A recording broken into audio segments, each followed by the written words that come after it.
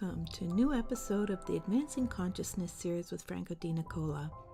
This is a place where people can come to gain further insight and clarity as to what is going on and how we can shift things on a personal and global level, while also accessing higher levels of consciousness and awareness. We bring this series to you free of charge so that many are able to access this information. And if you resonate with what Franco shares and you would like to support his work, contributions are welcomed and greatly appreciated. A link is in the description and will be provided in the chat if you feel guided to do so. Also, we have many previous workshops, such as the most recent, Actualizing Beyond Your Current State to Live Your New Reality, along with our membership program, Let's Talk About You, where like-minded people come together bi-weekly to talk about the topics requiring deeper understanding and clarity. All of these are available on Teachable, and we encourage you to check them out as they are great resources at very affordable prices to assist in better understanding this human experience. The Teachable link will also be provided in the chat and description. And lastly, don't forget to share.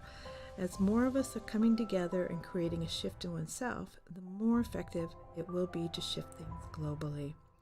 Thank you for joining us and being part of this change. Enjoy today's broadcast.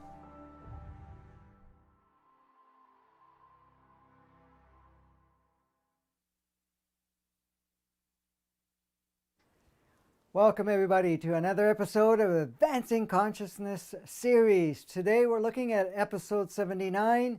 Yes, we haven't been on for a couple of weeks. We were traveling to Sedona to do the Solargy Fest, which was an absolutely amazing experience. Got to meet some amazing people, to play with some amazing energies, very powerful in many ways. And it was just a great experience overall. I mean, we all had fun doing through the processes of moving from one country to another, but at the same time, it was well worth every aspect of it, and even the current experience that we're having right now. So we were intending to come on Tuesday, but we were having some issues that we had to address, including losing our modem for the internet and so forth. So we weren't able to do that. And plus, there were some other things we had to address. So we got everything back online.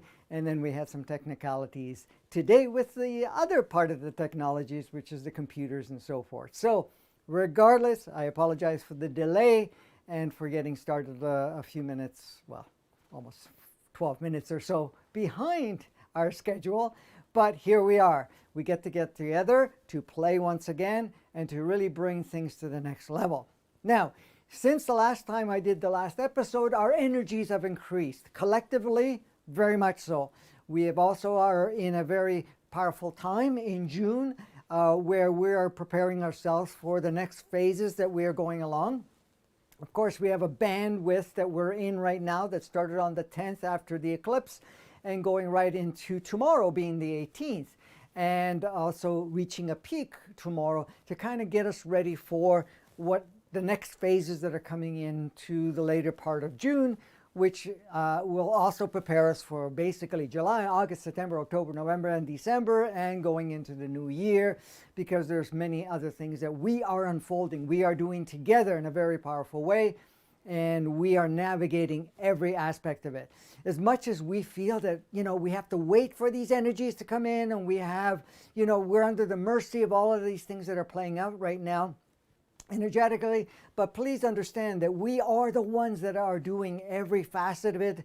We're in charge of it. We're actually rolling it out to the degree that not only benefits the whole collective, but each segments of the collective that we're involved, and including what serves you the most. So if you're going through some intense experiences or going through some elated experience, regardless of what it looks like, it is ideal to what you have designed and opened to flow through you, to really upgrade you, to go to the next level of play.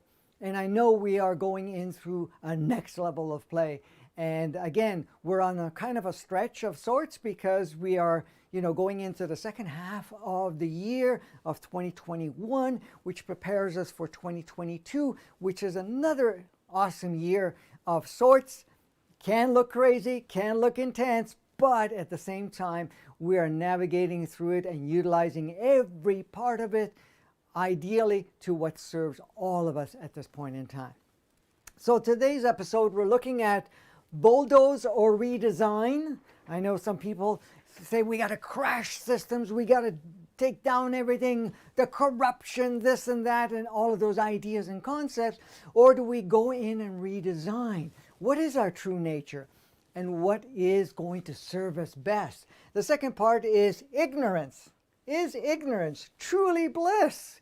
I mean, we've heard this statement before, and people have talked about ignorance is bliss. Because if you do not realize what's going on, then we're not going to be troubled by whatever's going on, or the fact that we can't see the differences.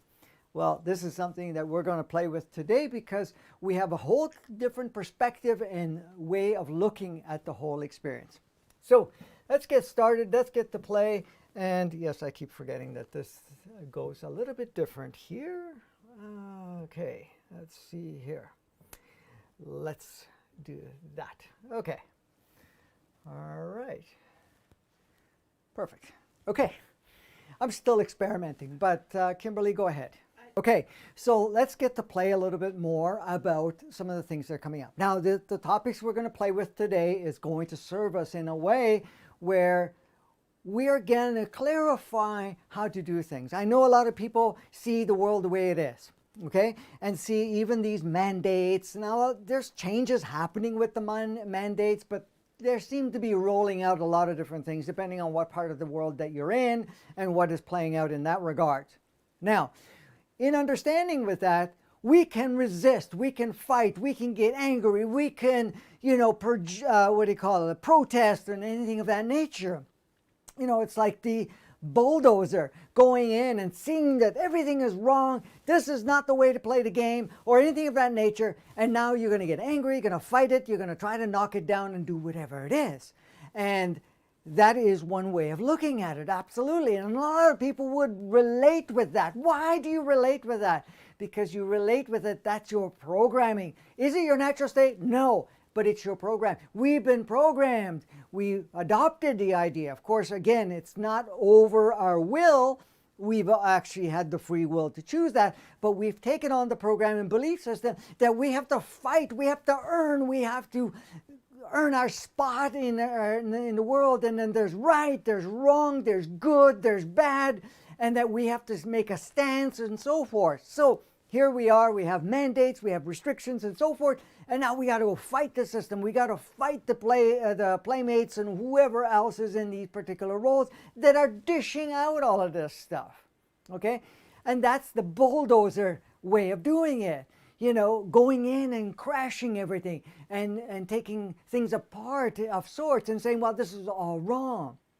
The other opposite option is to redesign it, to look at the perspective of everything that is there and say, okay, how does this serve?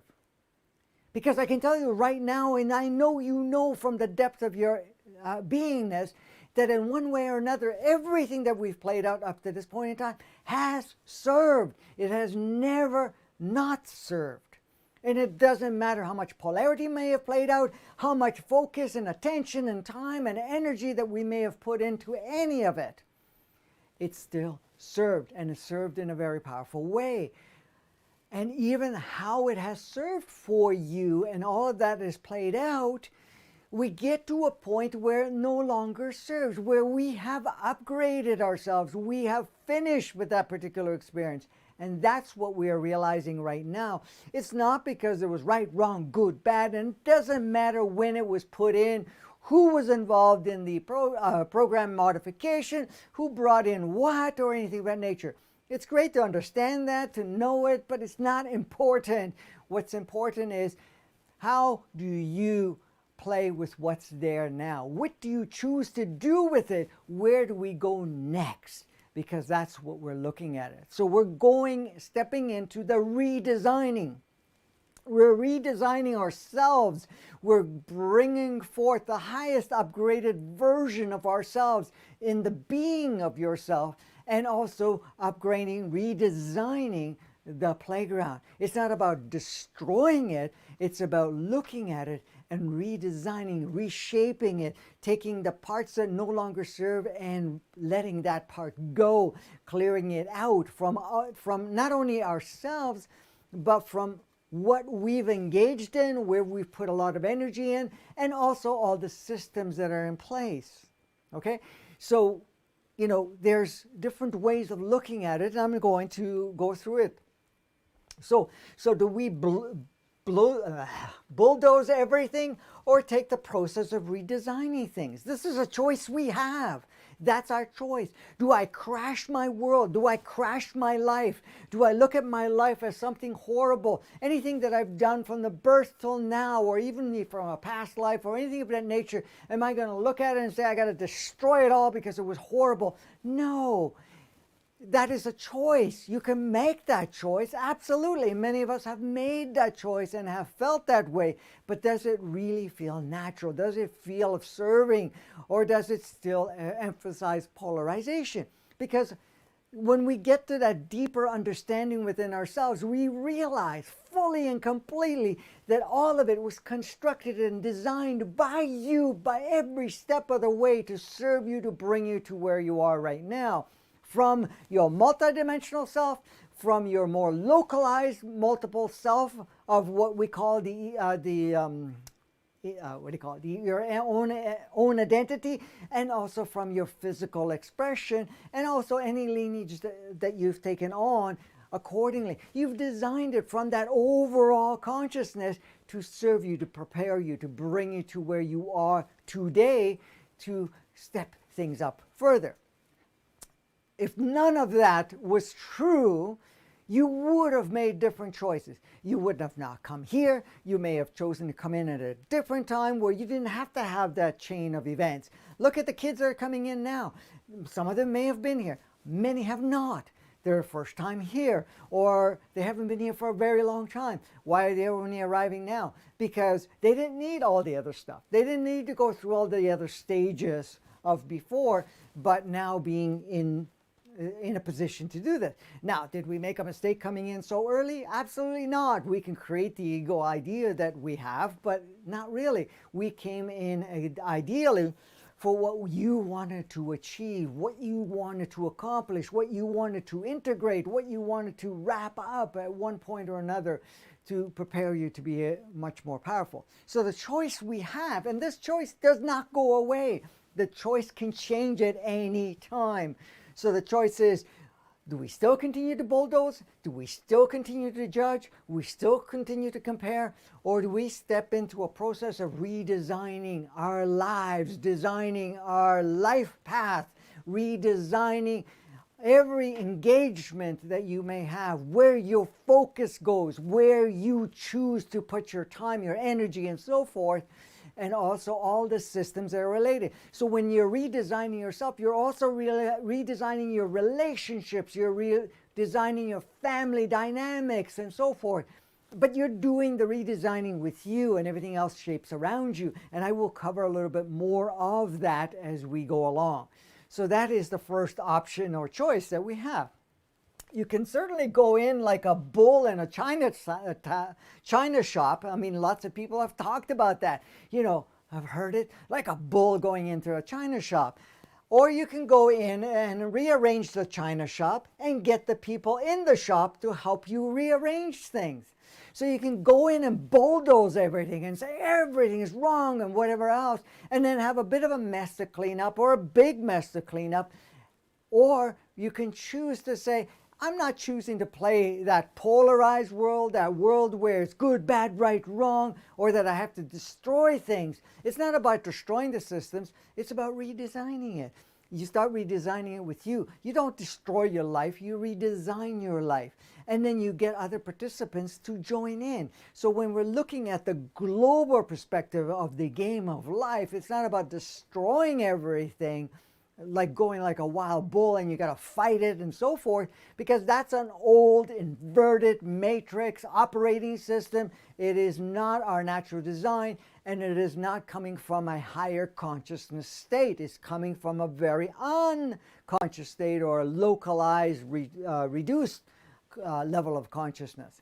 So in a sense, it's saying, okay, I choose not to bulldoze the system. I choose to see it. I choose to redesign it, and then get participants around me to redesign the systems. And that is where you can be the most effective without creating all of this turmoil that no longer really serves us. You know, like we got to go into a war, we got to go into, fighting victims, victimizers, and all of that stuff. We do not need to do that. But we have the choice. You have your own free will. If that's what entertains you at this point in time or feels best for you, yeah, go out and do that. But realize that it is not your natural state, and it is not the most powerful state. Because when you demolish, the redesign and the resistance and so forth becomes so much more difficult.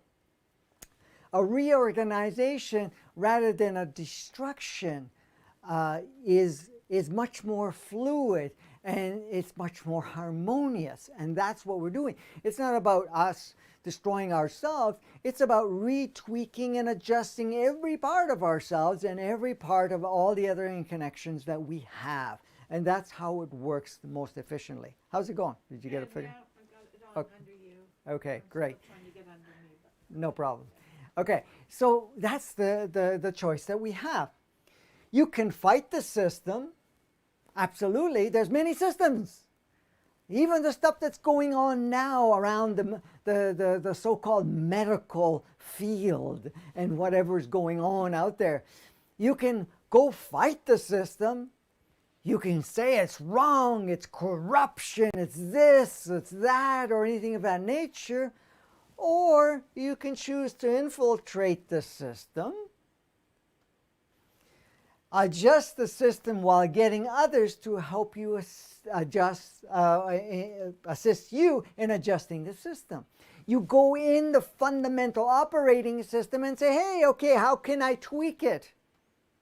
I could give you an example. Even when I was looking at the inverted matrix many years ago, when I started looking at it before, to me, the first thing that came up is like, hey, drop a virus in there and so forth and crash the whole thing. But were we ready for that? No. And we're not ready for it now. However, we allowed many other years of going in and tweaking and adjusting and creating openings and creating accessibilities and so forth so that we would be able to have a beautiful transition. So here we are with no inverted matrix, no inverted 3D, 2D support of any sort, and we're using the organic matrix, but the organic matrix has also been created as an allowance to reflect some of that inversion as we are making changes within ourselves so that we become more aligned and much more comfortable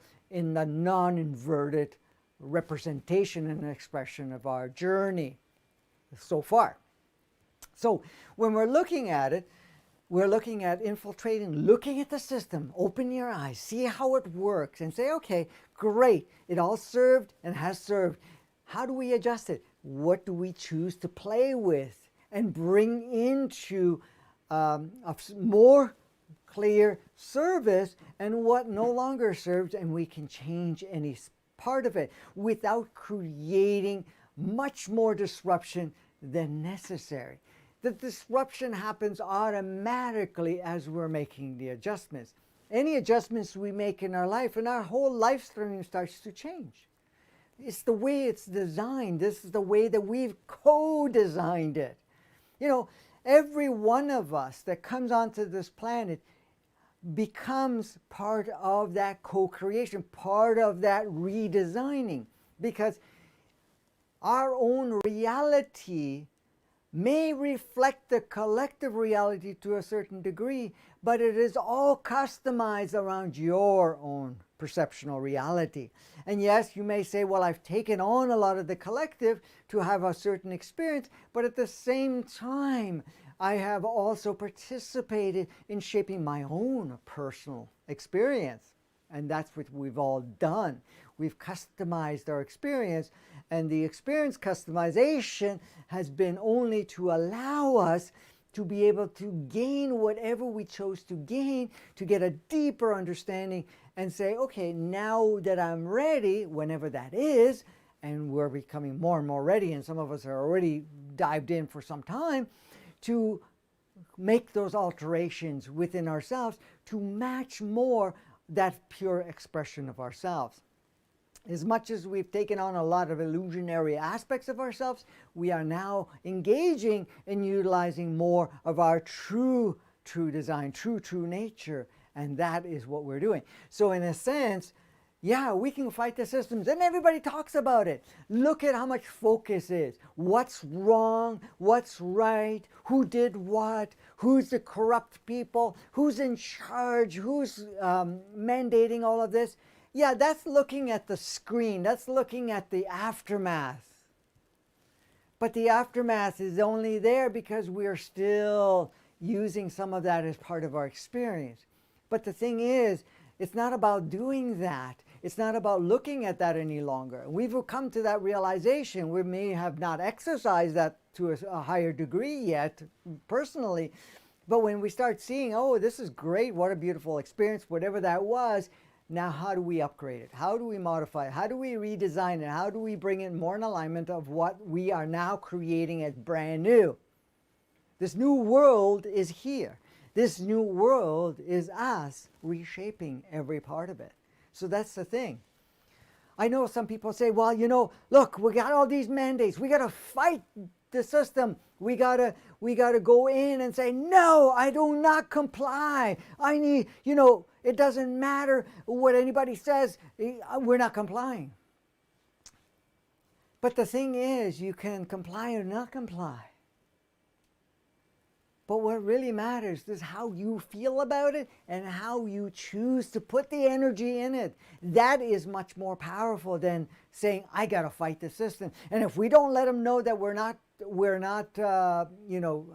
going along with this, that they're never going to change. But imagine yourself saying, hey, I'm not going to feed any part of that.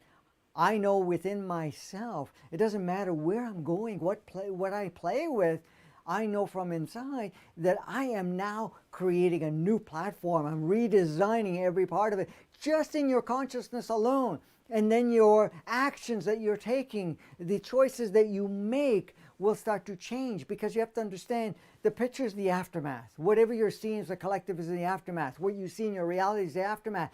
It's you, where you're focusing, where you're putting your energy, where you're putting your dream state, your imagination state, and so forth. Yes, of course, we've been programmed and so forth, and we have limited ourselves, but that's all breaking down. It's breaking down because you're breaking it down. You're saying, okay, none of this is serving, so I'm going to throw these things out.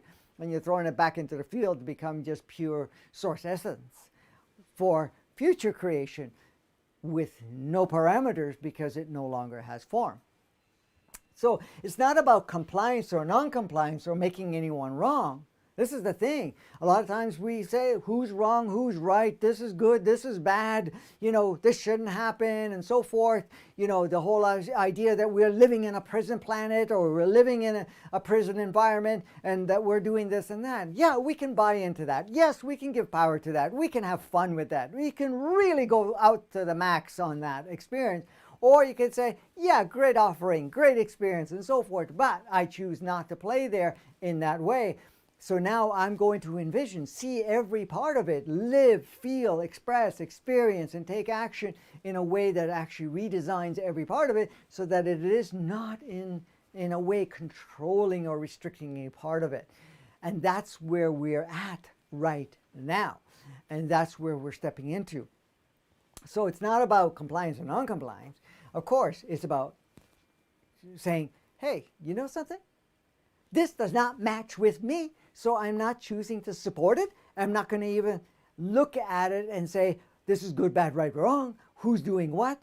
I'm going to create my own reality. That encodes such a powerful wave, because not only are the energies creating that, we're taking that energy, those codes, those states of consciousness that we're bringing forth, and we're now projecting it into the field. Guess what's going to happen in the field? The field, or what we call the screen or the collective, starts to alter and change, because each one of us are changing that part. So we're going to the core projection rather than fighting what we see.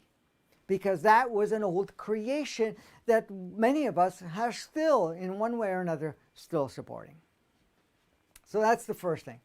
The other thing, it's about seeing how it serves and may no longer serve, because everything served at one point or another and may not serve now. And just see if I can do this. There we go. All right, cool. Okay, so everything has served, as I was saying. Everything has served. It gets to a point where it may not serve any longer. Why doesn't it serve? Because we are upgrading. We are changing. We're now redesigning our experience in human form, our experience on what we call temporary human planet. Are we really human? Are we physical? No. But we are experiencing ourselves through it because we chose to experience it through it. So no matter what we've gone through for the last 10,000 years, and the only reason it lasted 10,000 years is not because of the playmates that put all that stuff together, which are other aspects of yourself. Yes, they did that. Absolutely. Yes, they reinforced it.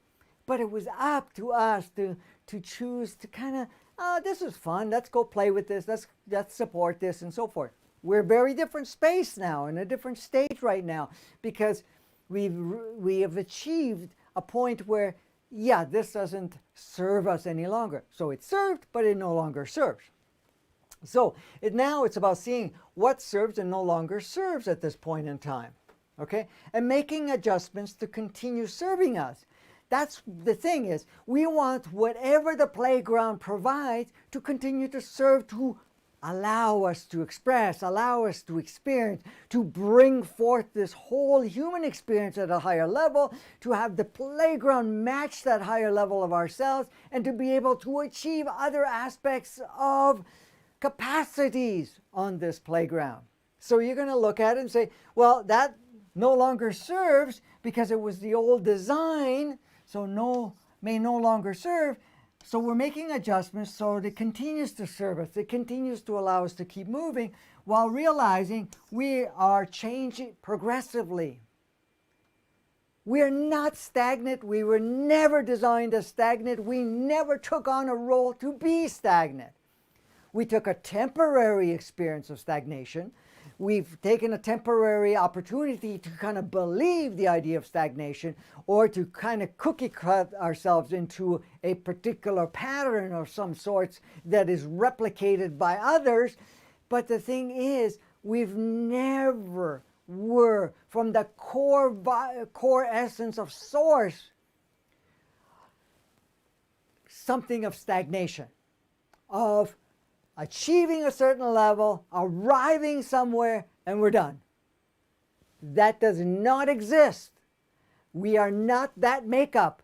We're a makeup of constantly progressing forward, expanding, even from the core source essence that you are.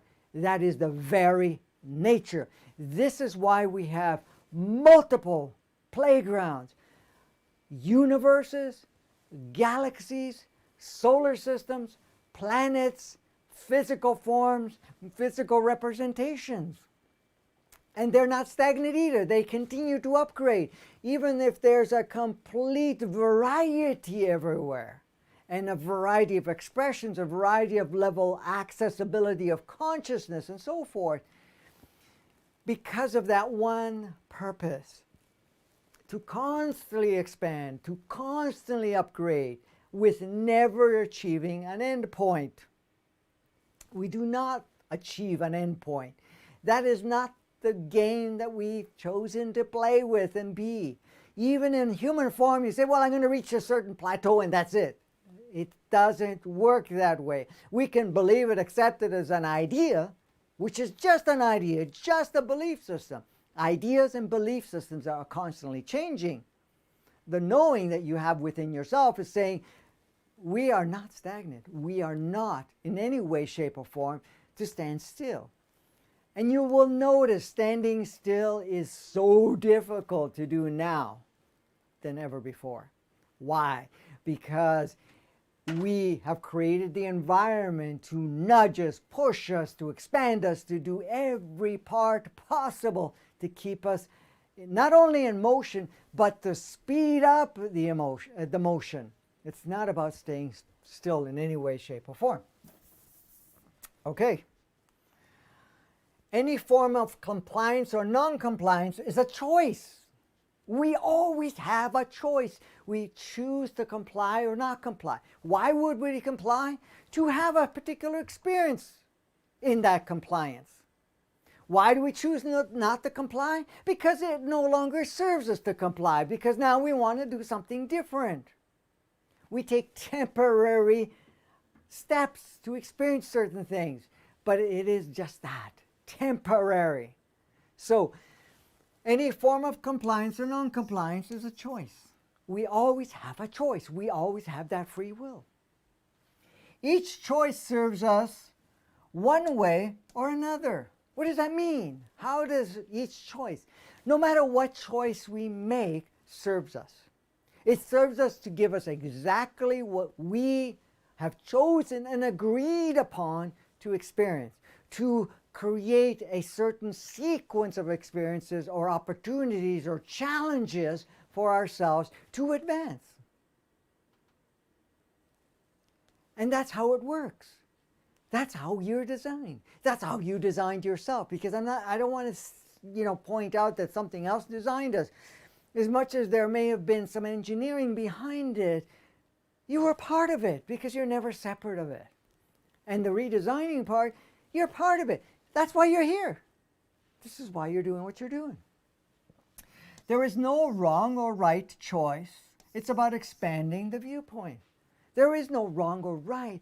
But as our viewpoint expands, when you see the bigger picture, when you see that you have a complete platform to upgrade and expand and to plug in different experiences and so forth, then it changes the whole thing for you. Things seem more and move. So the viewpoint, because a lot of times we get the viewpoint that we're restricted, the viewpoint that in some way or another there's a good, there's a right, there's a wrong, and so forth. That there's a positive and a negative. Yeah, we've created that in the polarity playground, but is it real? As real as you wanted to make it. Nothing is real, and everything can be played out as real. If you want to know who you are, you're just a field of energy and consciousness that goes out and creates playgrounds to play with. None of it is real. Everything's a light show. But we put realism in it because that's what gives us the thrills. This is where you can play. Is a video game real? Yeah, it's a game. But we play the video game because it gives us an opportunity not only to entertain ourselves, but to enhance our skill sets. Yes, some of the games still engages our skill sets in the polarity world, and yeah, that can be cool at one point or another, but we realize that that's not really what serves us the best. But at the same time, this is what we're doing. We're in a beautiful, powerful video game, and you're participating, you're redesigning it. Even you could say, well, I'm not aware of that. Well, yeah. From a mind perspective, at times, we can block certain parts of it out. But that's the viewpoint that's changing. As you see the bigger picture, you see it much more clearly than ever before. And then guess what? You realize, hey, wait a minute, I am involved. I am active in every aspect of it. Absolutely. When you fight things, this is very key because a lot of people believe that we need to fight. Fight your rights. Fight for good, fight for this, fight for that. But whenever you fight things, you enhance polarity instead of seeing the grander view and shifting things. It takes a lot of energy, and it really becomes a major distraction, which is kind of cool to a certain degree, but realizing it, do I want to distract there? Do I want to be more on track on what I want to design? So you enhance the polarity, which we have agreed upon to dissolve. This is what the neutrality 0 point is all about, that oneness. You can play in polarity here and there, But it's not about creating a complete separation of polarity, good, bad, right, wrong, positive, negative, and all of that stuff, light, dark, and all of those components that we've put so much power into in playing the game. It's not about enhancing that, because we've already chose to let go of that. The importance of it and the capacity to learn from it, because we've done that for so long. Not only on this planet, but on other planets at different times, in different embodiments, in different parts of in different solar systems, and so forth. So instead of enhancing polarity, we are seeing the grander view and shifting things. We see the bigger picture, we see the possibilities, we see that, hey, wait a minute, this is just a game, we can adjust any part of it, and I want to adjust it so that it matches me. It matches what I've come here to contribute. It matches what I want to hear, I've come here to express and experience. And I've talked about this many times. Your unique makeup, because everybody's unique in one way or another, you have a multidimensional entity, which we call a soul, that is multidimensional, that has incarnated and taken on physical forms and expressions and recorded all those experiences and everything else from different playgrounds and different dimensions and so forth. We also have more of a localized entity, which we call also the earthbound soul, or the soul that focuses on the earth experiences, that have multiple, or many incarnations, and have learned, expanded, and gone through from the original till now, and have had the natural and the inverted stuff and whatever else that is also contributing, and also the beautiful expression as a physical form that comes from an expression through Gaia, nature, whatever you want to call it, and all the sentient beings. So that's what we're looking at. So fighting is not cooperation, it is resistance. How many of us have been taught, have adopted the idea that we need to fight, that we need to resist? Because that's what it is. We resist. It's not about resisting, it's about looking at it and saying, okay, great. Does it serve or not? Do we move on or so forth? Resistance, as you can see, as you resist, you just create more polarity, more intensity, and it kind of gets a stuck of sorts. Now you're dragging through the changes within yourself. If you're going to fight yourself, you're going to notice. What are you going to notice? Resistance. We're not here to resist any longer. We're not resisting our life. We don't resist our current situation. We do not resist our current relationships and all the engagements and where our focus is. It's just to look at it and say, okay, how does it still serve? Is it still matching for me? If not, I'm going to alter, make adjustments, or clear it out altogether in certain areas. With no judgment, no comparison, no right, wrong, good, bad. It's just, hey, no longer serves. There's nothing that I can even use of this, so you move on. That may involve certain life streams. It may involve certain playmates or other partnerships or other engagements of sort. It can be where your focus has been as a way of life. All of that is all looked at, and we just move. So it's not about resisting any part of it. We just see the beauty of how it's served, and we move on. That is our natural state. We can fight our way in or strategize a clean entry and exit without carnage. I threw that word in there. It's a fun play word. Kimberly's laughing. Okay, so yeah, we can fight our way in. We can fight and for example, say you're going to go rob a bank. Okay, there's a few ways you can do it. I'm just playing with this just to give you some analogy, something to play with as an example. Not that I'm saying this is what we do.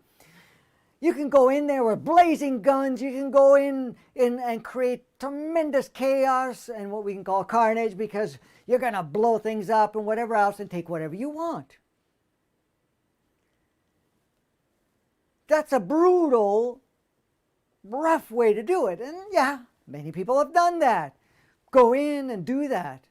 And this is just a representation of any part of our lives. We can go in and just create havoc and whatever else and pull out of it. That's what wars are all about. What do you think wars are about? You're going in, you're fighting your way for your own rights or for protecting or whatever it is, all these ideas and analogies. Where do you go in? With weaponry. What do you think we put a lot of focus on? Creating more powerful weapons, having more nuclear this or that, dominance over each other, scare the living shit out of each other so that we don't blow each other up or anything of that nature. That is going in the fighting way. Let's bring it back to the bank analogy. The other way is strategize a clean entry and exit without any chaos. So what does that do? That entails you being strategic, to be calculated. I have to trip over these words. And creating a plan to be able to go in unseen at times that there is no attention, or if so, create a certain level of distraction, or exit in or enter in and then exit with no one realizing any part of it until maybe the next day that the bank's been cleaned out. That's kind of creating a strategy point rather than going in like the first analogy I gave you as a bull in a china shop where you're wrecking everything. You may get certain things out of it, but you're going to destroy a lot of things along it. And what are you creating? More polarity, more chaos, and so forth. That's how we've done it up to this point in time. But now that's the thing. So you look at all the systems and you're going in with blazing guns, with whatever, or you go, hey, let's find a way to get in and change all parts of it. Because you have to understand nothing is rock solid. And you have to understand, and I've talked about it in other episodes, there is no authority, there is no laws, controls, or whatever it is. The rules of the game are completely flexible, always have been and always will be. But it's not about creating chaos, it's about redesigning every part of it and now strategize how we create a different playground, a different environment, a different way of expressing and experiencing yourself. So you're being that beautiful, powerful aspect of yourself and say, let me use my creative imagination to redesign every part of it. And the first part you start with is you. You start redesigning you. It's not outside of you, never has been. It's you. You redesign you. And as you redesign you, your reality starts to redesign. Your relationships redesign. Your connections, your focal point, your direction, your life stream starts to change. And that starts to affect all the different levels of extended realities around you involving all other playmates. So instead of fighting, we find an in and an out with creativity, imagination, and so forth. That's our natural state. We all have free will. I've said it many times. We've always had it. We will always have it. No matter what it may look like on the surface or how it's been projected. We've projected the fact that we do not have free will? Absolutely. How many people talked about we have no free will or anything of that nature? But what does this free will mean? That you are free to design your life. Yes, even the idea that you've been conditioned and programmed to believe how to use your free will, that was your free will. You had your free will to accept that. And you could say, well, I didn't know better. But that was a free will to not know better for a little while, to have that experience. This is why I say it's all perfect. But now, what are you realizing? Hey, wait a minute, I have the free will. I can design every part of it, any part of it. It's always been there. And through free will, we realize that we have the free will to design any part of it, but also to choose if I'm going to fight this or am I going to use my powerful creative aspects.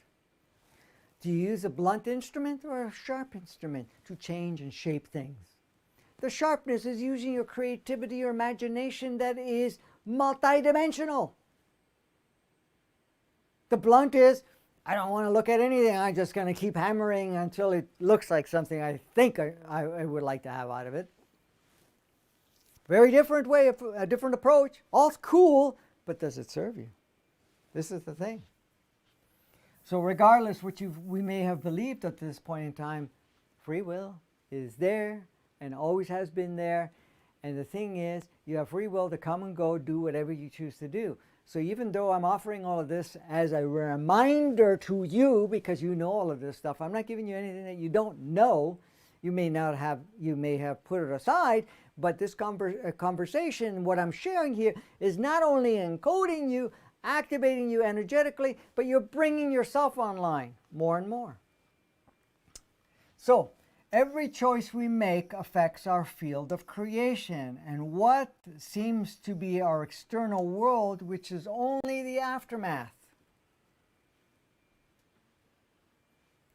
The external world is only the aftermath. It's only a creation that was done after we've gone through many processes. We are to use our free will to rewrite our operating system. So as we change, the world around us change. Because the world around us is the aftermath. It's the projection. But what is projected? What is the part that is projecting all of that out? What is the part that is designing what you choose to see, what you choose to experience, how you choose to interact with your body, your understanding, the relationship you have with every part of it? That's why it's always coming back to you, because we're a sequence of programs. We have, yes, multidimensional consciousness, reincarnated consciousness with multitudes of experiences, male, female, different cultures and so forth over the years at different stages of our evolution, of course, that's what we like to call it, evolution through design till now, body evolution, body enhancement and so forth, and all of the stuff that has played. We have all of that in the mix. But what are we doing? That has provided the playground we've been in and what we've seen. But that's only the aftermath. So now we're rewriting. We're rewriting ourselves. We're redesigning ourselves. But when you're rewriting, you're not looking at it, this was bad, now I got to create something good. This whole idea that we believe that life has been bad can become a major distraction. Yeah, it's fun. You could look at it that way and say, oh, well, it is what it is. But the point is, if you put the focus of seeing that you've had a bad life up to this point in time, it does really reduce your options, your capacities, your creativity, your imagination, your sourceness. Now, we're all pure source anyways, but how much we utilize, how much we express and experience with it gets reduced. Why? Because we see that things have been bad. People are bad. Life is bad. Your journey sucks. Where you are now is bad, whatever it is. But if you shift it to its true nature and see it for what it really is, it was an adventure and still is an adventure. It's been an experience and still is an experience. And we have the freedom to adjust all of it. And not because it's good, bad, right, wrong, because you're done with that. You've saturated yourself. You gained all that you needed to gain, and it no longer is required to the same degree as before. That's all that is. There's nothing else about it. There's nothing wrong with it. But you're just doing that. So we're using our free will to rewrite our operating system. We operate on operating systems. Your beliefs, your perceptions, your ideas, your concepts, what we've accepted as as a way of life and so forth, those are just programs. We have a base operating system, absolutely, but we've put in all these other programs. We're going to look at what programs no longer serve, and we just let go of those programs and rewrite our life story. We rewrite, not because it's a bad, like I said, it's not a good, bad, right, wrong, or anything of that nature. You're going to rewrite it to match your new self, what you choose to express and experience along the way. Does that make any sense to you, Miss Kimberly Rossi? Okay. All right. I like this. I threw this one in there. Taking a secret agent approach about life. What does that mean? You know what a secret agent is? Undercover. Undercover, yes. Absolutely. Some of us are deconstructors and some are redesigners. What does a secret agent do? Infiltrate, go in, take a look at what's going on, what we have to play with, what we need to adjust, and so forth. And that's who you are. Okay? Okay, we don't have to apply the name of secret agent, but in a way, you are an agent representation of a human experiencer as source. Okay? So source having a human experience, and you're the agent that going in and looking at it, infiltrating, looking at the game and say, how can we tweak it and adjust it to match what I've come here with experience? Because we're all bringing experiences not only of multiple lives, but also multidimensional lives and multidimensional viewpoints. Go ahead. Can you be both deconstructors and redesigners? Okay, somehow you're not coming in so clearly. No. Let's see here. Number one. Try again.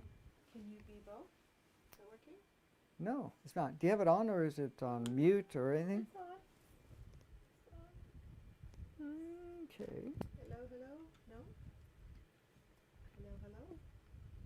Oh, there you go. Yeah, would be about now? It's it not coming working? in very clear. No? Okay, try again. Hello? No? No, it's not. Can you use the other mic, or is it? Yeah, switch it over to the other mic.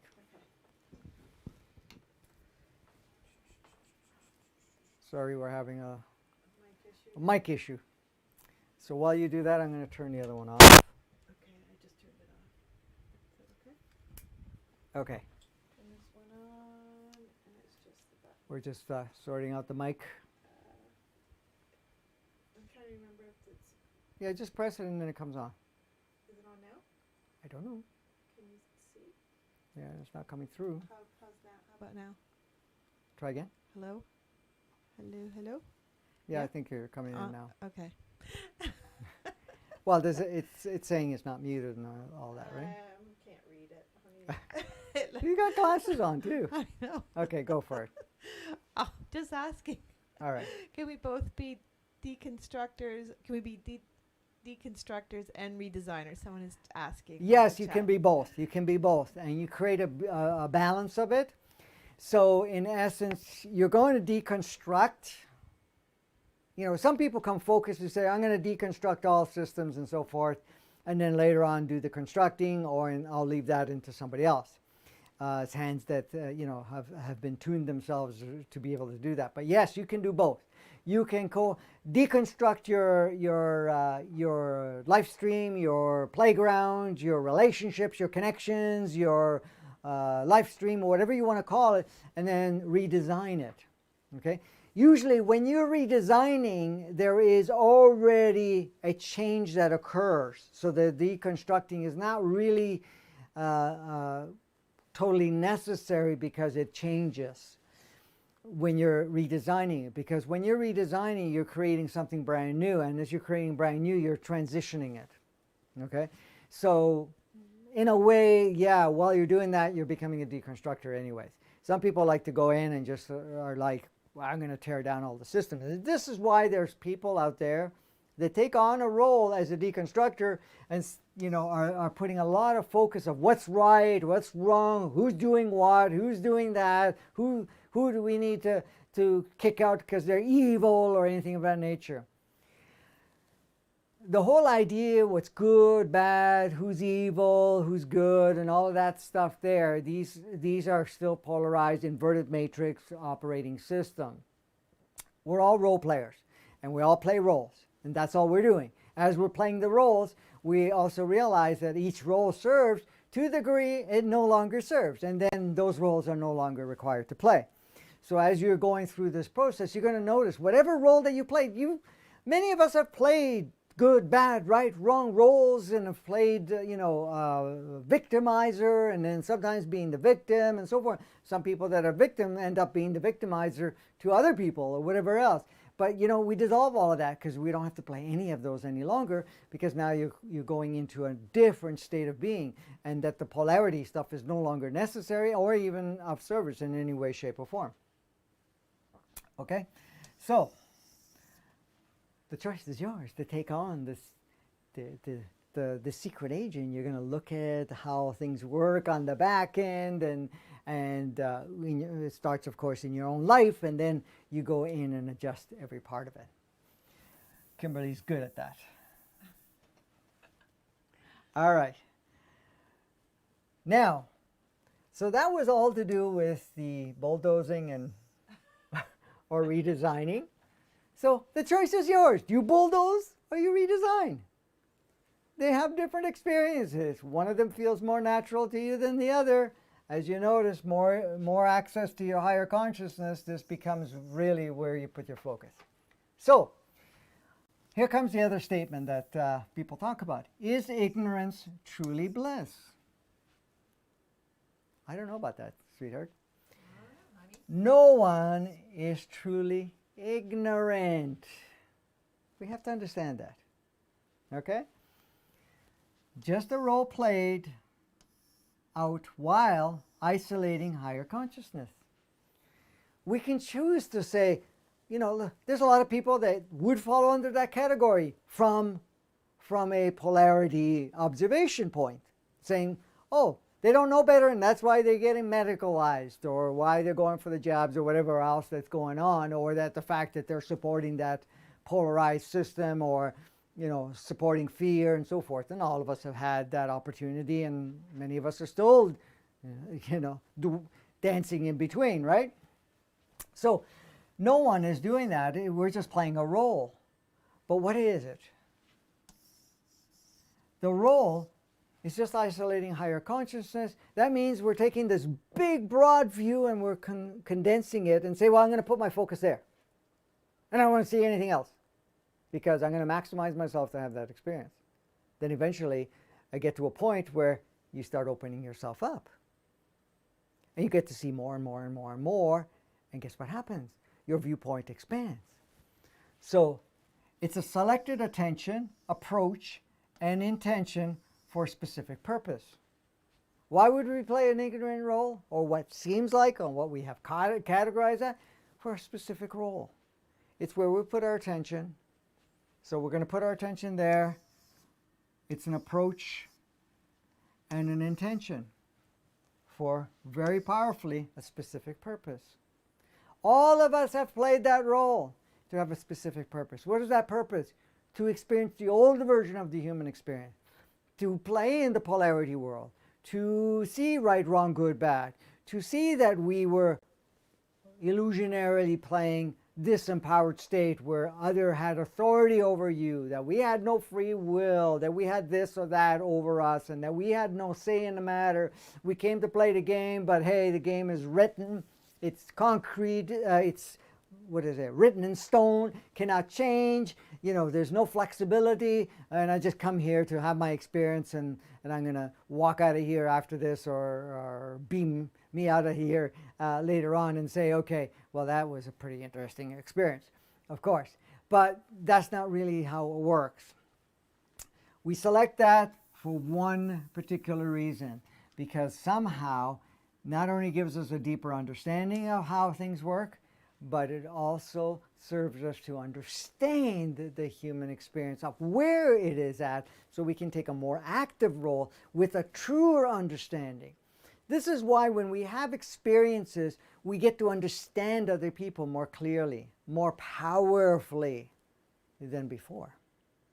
because now we know, like we walked in their shoes of sorts. So we come in and say, okay, I want to experience what is the current operating system, the current what we deem as the human experience, as being in different cultures and different parts of the world and different genders and so forth, and all the associated programs and belief systems, ideas, concepts, and perceptions, and programming and conditioning and so forth that is involved. So we get a deeper understanding of it. So that's why we would do that and say, well, I'm going to isolate higher consciousness. That means my big, broad view of myself, so that I can have more of that restricted, smaller viewpoint, smaller version of myself, or lower versions of myself. There's a lot of names we give it and so forth. So I can have that experience. Okay. I just wanted to know if there was another line after that. So the point here in all of this is a lot of people, many of us have said the same thing. Have you ever said that ignorance is bliss? Yes, I have. Yes, Kimberly has said it. I've said it. In a way, at certain points, I'm going, especially when I arrived here on the planet with a certain level of consciousness, I'm going, oh shit, I know too much. I can see how everything works. And this is really tough, because you could see how the game works, and it's not our natural design, but at the same time, how that affects us and so forth. And I go, you kind of have to play the ignorant, meaning, when I say ignorance, it's about playing where you do not have access to a broader view or a higher consciousness. Because how can I play the game if I can see the game design? And then choosing to play the game and still see how it really works, it becomes very difficult. And many of us, especially when we start going through the process of so-called accessing this higher consciousness of yourself, your sourceness, tapping into more of that sourceness, be able to see the bigger picture of what's playing out, that the interest of playing that other game and what we can call ignorance or reduced part of it becomes less and less appealing. So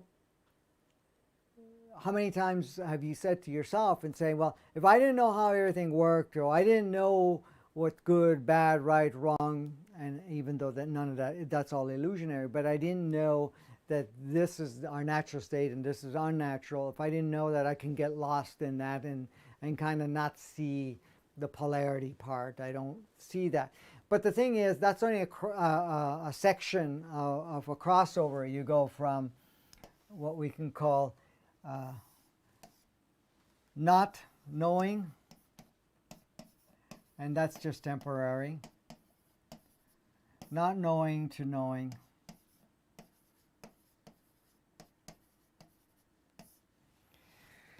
So what are you knowing? You're knowing who you are. You know that you're source. You know that you came here to play here. You know you came here to experience a certain part. You know that you're playing an active role in upgrading, shifting every part of it. The not knowing is the part where you can get lost in the game and choose to play the game, so that you get a deeper understanding. So when we start to shift from one to the other, what ends up happening is that we have all these stages down here. And a lot of times these stages end up playing until you get to the true knowing, where you see the bigger picture. When you get only glimpses, slivers of understanding and pictures, then you have more of a tendency to get lost in the polarity world. What's right, what's wrong, what's good, what's bad, and so forth. And this is what happens to a lot of people. You know, when they say, well, we start to awaken. As you start to awaken, you get to see more that it's a game, that in one way or another, that the game does not match you. You get to see the role players. You don't have the deep understanding yet that the role players are just role players, but you see them as playing a role that is somehow affecting you, that is in some way limiting you or limiting the collective. And this is why you go from unconscious, what we call unconscious or not knowing, or in this particular case, state of ignorance, or access to reduce. And then we start having more access to it. And guess what? Now you start to polarize even more, because now it's like, that's the dark, we're the light. We got to fight the dark.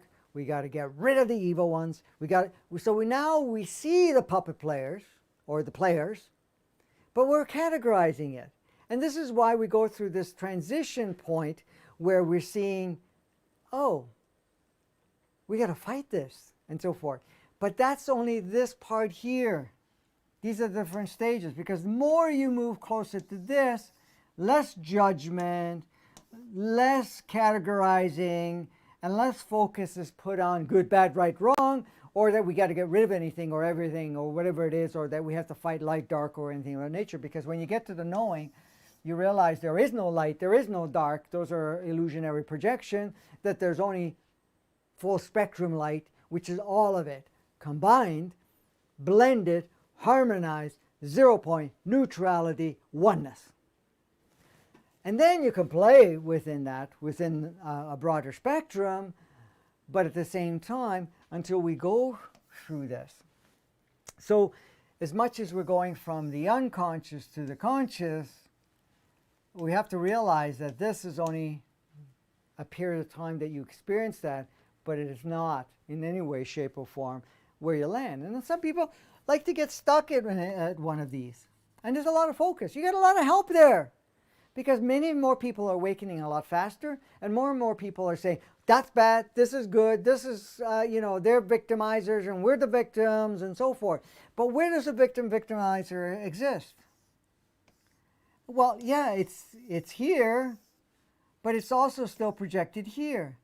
Until you get to this higher level of knowing. I mean, you don't have to get to access full knowing, but when you get, the more you get to the knowing, the more you see the game, you see the perfection, you see the fact, hey, wait a minute, this is not about fighting the system. This is not about fighting good, bad, right, wrong. It's not about demonizing anything. It's about, seeing it, that's an old game. That is a polarized game. As much as, if you're light, you're still polarized.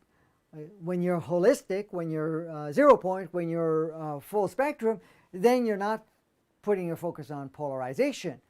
And then in that holistic, you see the big view, the big game, whatever it is, and then you can move through it much more easily in readjusting and upgrading every part of it. And it no longer becomes a fight, it becomes a collaborative adventure that we do all together with all aspects of ourselves. Did you want to say something about that to enhance it even further? Or you're just so mesmerized by all of that? By your words? No, not my words. No, I used to use the ignorance as bliss, but I used it in the opposite way, around not knowing what was going on in the world, as opposed to wanting to know what was going on with me and be in my knowing, but not paying any attention to the outside world, so I could live in my bubble in bliss. And I thought that was, that was okay, because I wasn't being distracted by all that other stuff going on out there. Yeah, exactly. And a lot of times people like to go into the... I don't know if you'd call that ignorance. It's just not paying attention. Yeah, to not paying attention. Because a lot of times when we're going through the transition, I don't want to pay attention because I don't know how to maneuver through it yet. Or, I can get caught up in the web of it.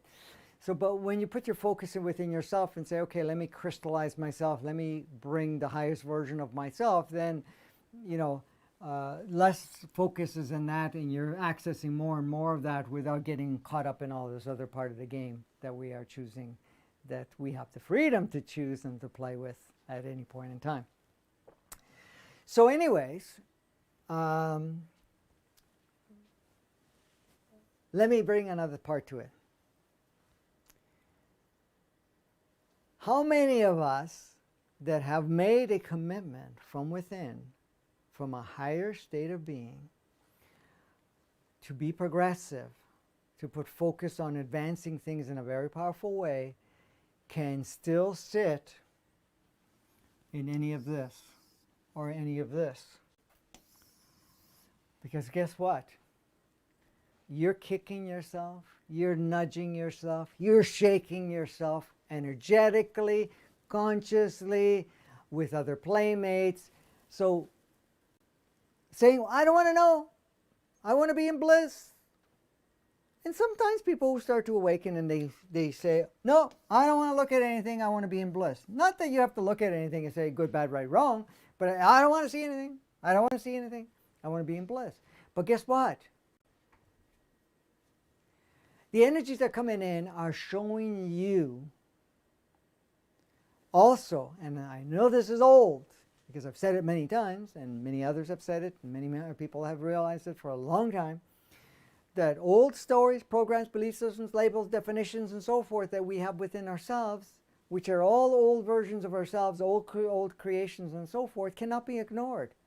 They have to be acknowledged. They have to be thanked and loved and freed. That's moving through us. And guess what? You experience more and more fluidity, more and more bliss, more and more excitement, more and more choice of adventure and so forth because of it. That's the beauty of it. That's how we designed it. We made this all possible in that fashion. And that's where we're at right now. So, saying I'm going to stay in my little bubble and hide in there and play my old world and my limited world without engaging in any part of it is getting harder and harder and harder and harder to do. And staying in your old world, even with your relationships, your connections, your families, or whatever work endeavor and everything else is becoming harder and harder and harder. Why? Because more and more of you saying, hey, it's time to upgrade, time to adjust, time to put our focus and energies elsewhere so that we can advance ourselves in a powerful way. Because we're not here to stay stagnant in that old world. Okay? Is there anything else, Miss Kimberly, before we go to the next part of it? Okay. I'm going to wipe all that out, and then here we are. Continuing to address your questions. I can't write on that because I took my screen out. Oh, dear. Okay. I may sit down for this one. All right. So we're going to play with your questions or address your questions. And we'll try to keep it as relatable as possible through the discussion, but you know, we have a bit of a backlog in questions too, I guess, from pre. It's not too bad. Okay. Yeah. All right. Was looking through, trying to put together. So. The one thing I wanted to mention, as you're going through all these changes and all these experiences that's playing out right now, you're going to find more and more of yourself. Unfamiliar territory within yourself and unfamiliar with yourself. So sometimes you're going to look at your life and you're going to say, who is this? Why? Because you're expanding, you're changing in such a fashion that you're not recognizing the old you, and there's a multidimensional aspect of you. Now, with some of the processes that are taking place right now within yourself and so forth, you're going to get a glimpse of other versions of yourself on other dimensions or in other parallel worlds where you're making different choices. It's not where your focus is going to be, but those little glimpses that you're getting is giving you an opportunity to see that there are other opportunities and other choice points. Because a lot of times we feel that we don't have choices, that our choices are limited. This is why we have a multitude of parallel aspects of ourselves playing in different, what people used to call timelines, or still call timelines, but it's basically different versions of yourself in different choice points and creating different life streams. But your main focus is not there, but those are there as a sampling, and we have a connection to it, but when we get a glimpse of it, we can see it more clearly on a conscious level so that we have another resource to be able to access at this point in time. So some of you may have flashes of different scenes, yourself in different situations or different choice points and things like that. And that's you just giving yourself access to be able to see that there are other possibilities. A lot of times we buy into the idea that we don't have that many choices, we don't have free will, that, you know, we're kind of stuck with what we've gained up to this point in time, but that's not the case. That's just the illusionary part. Go ahead. Let's play with the questions. Okay, so make sure you timestamp them. I'm going to. Okay, perfect. Do you want vaccine questions? We're still there? Yeah. Is there many of those? There's a few. There's 1, 2, 3, Yeah. 4, 5. All right, let's fire through it. Okay, so I'm going to do them all, and Okay. then Yeah, I'll expand it and on you it. can Yeah. just go from there. So, okay. Can you tell me about how the vaccine might affect perception ascension? That's one. Oh, Okay, sorry, honey. Yeah, so I'll give that to you first. All right. So how does it affect? Well, the whole idea with this so-called shot, whatever you want to call it at this point in time, has a very specific purpose. Now, as much as the purpose may come from what looks like another resource outside of ourselves, saying authority or less well-meaning representation of ourselves and so forth, that it's a choice that we make, okay? So does it affect? Yes, absolutely.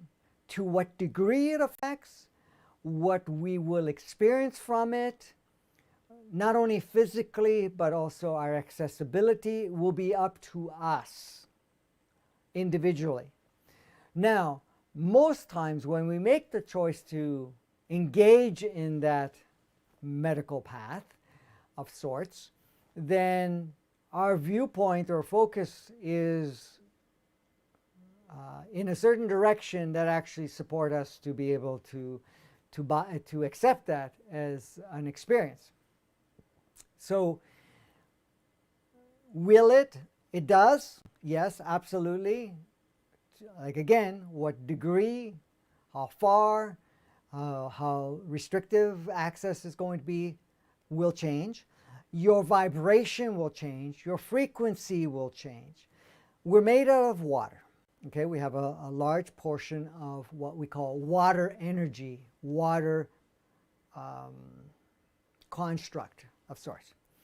That goes in there within our operating system, and it alters how the effect of all the waters around the world will affect the waters within your body. So it will restrict the changes to a certain degree. Now, some may make a choice and say, well, they're unconscious, they don't know better, whatever it is. Well, yes and no.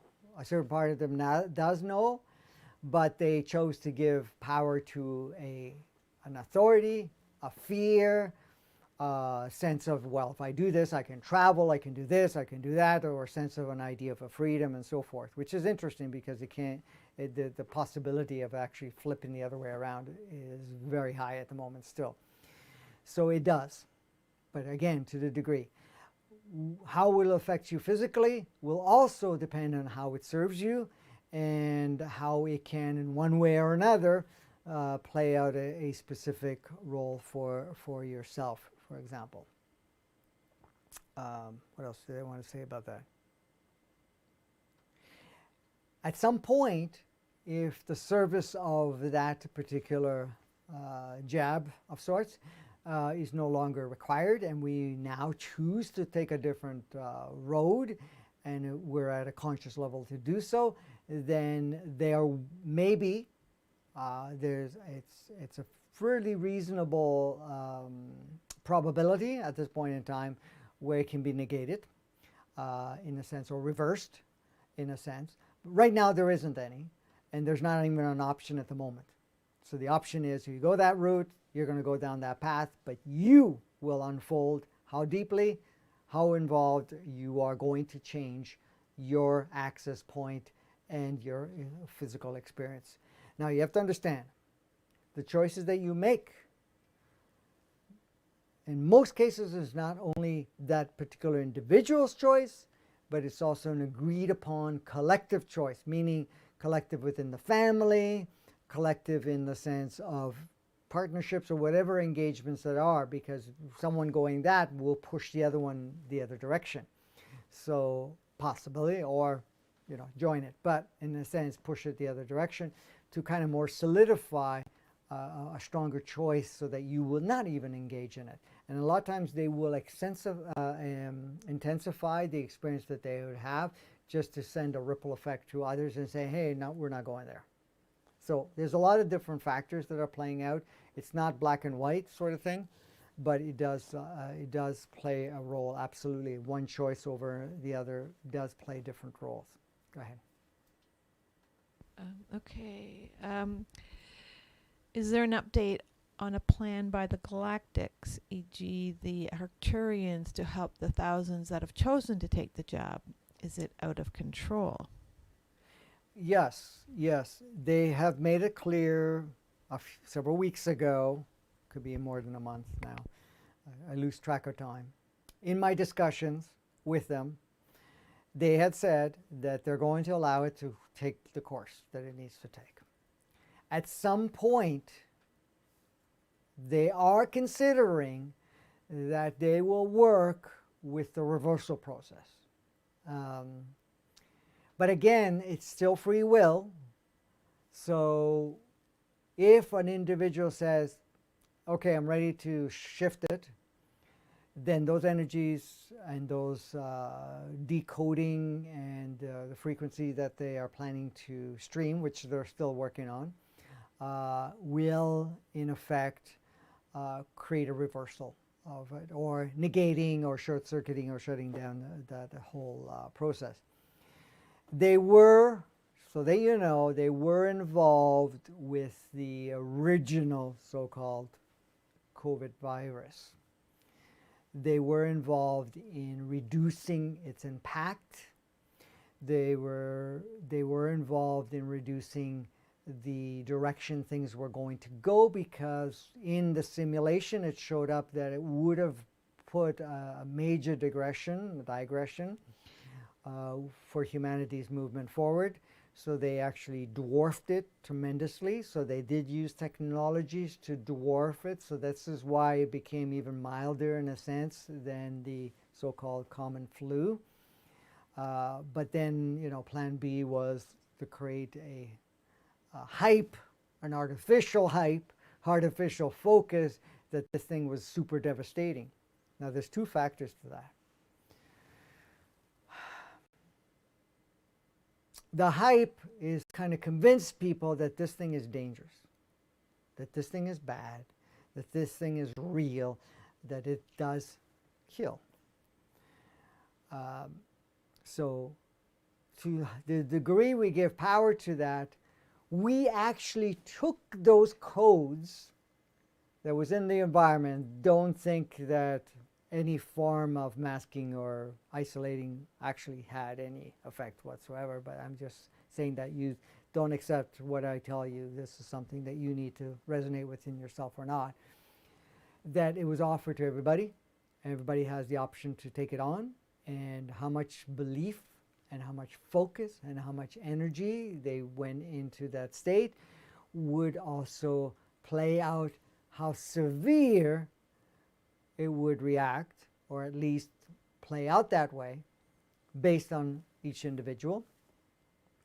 A lot of the people that were of mature age, that were also dealing with other issues, said, oh, I'll take it on and I'm going to use it for either an exit point or accentuated experience and so forth, which played a couple of roles, because in a way it accentuated the realism, even though it was not to the degree it's been projected or shared upon, but at the same time was able to kind of create a wake-up call for other people. Now, this whole restriction and everything else was not dwarfed, because Plan B was not dwarfed, because Plan B also had a mixed, well, it didn't have a mixed.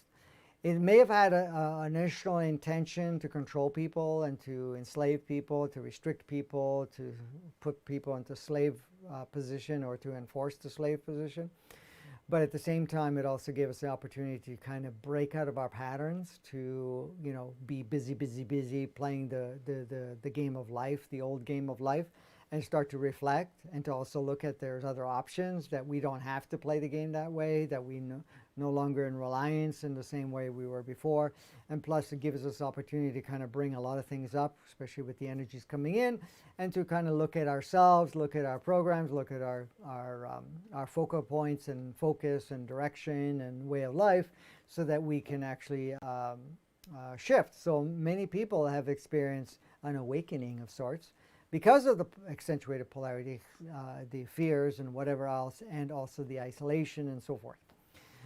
So it's been actually, as much as it may have looked at as a very negative and destructive financially and physically, it was actually, it played out a completely different role altogether, which basically assisted us to be able to advance even further. That was a long answer. That's okay. So the person that asked the question, the first question is wanting more clarification, but what does the vaccine affect in terms of consciousness, attention, openness? So can you speak to that? Well, it's designed to change the frequency with ourselves and reduce our access to source essence, source consciousness. Now, we're source, period. That can't be changed.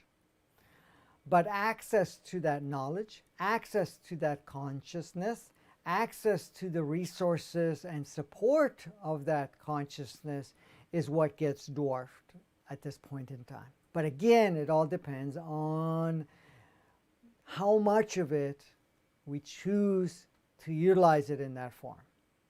It's an offering. It has the codes for it. But it's up to us how deep we use it. So basically, as much as we are source, it has a tendency to lower our frequency, to reduce our access to source consciousness, or what we can call fifth, sixth, seventh, and eighth, and ninth dimensional consciousness, so that we are more localized in a third dimensional or inverted third dimensional and inverted two dimension, but also in some points we could still go into what we can call the organic 3D consciousness, but reduces us from that. So it does play that role, but again, it all depends on each individual. No matter what, if you take it on in some level or another, it will play a role. It's not that I'm going to do it, it doesn't affect me. It doesn't work that way. We have not approved it to play that way. If we're going to go down that path, we're going to get the results from it. To what degree the results, the intensity of the results is up to us.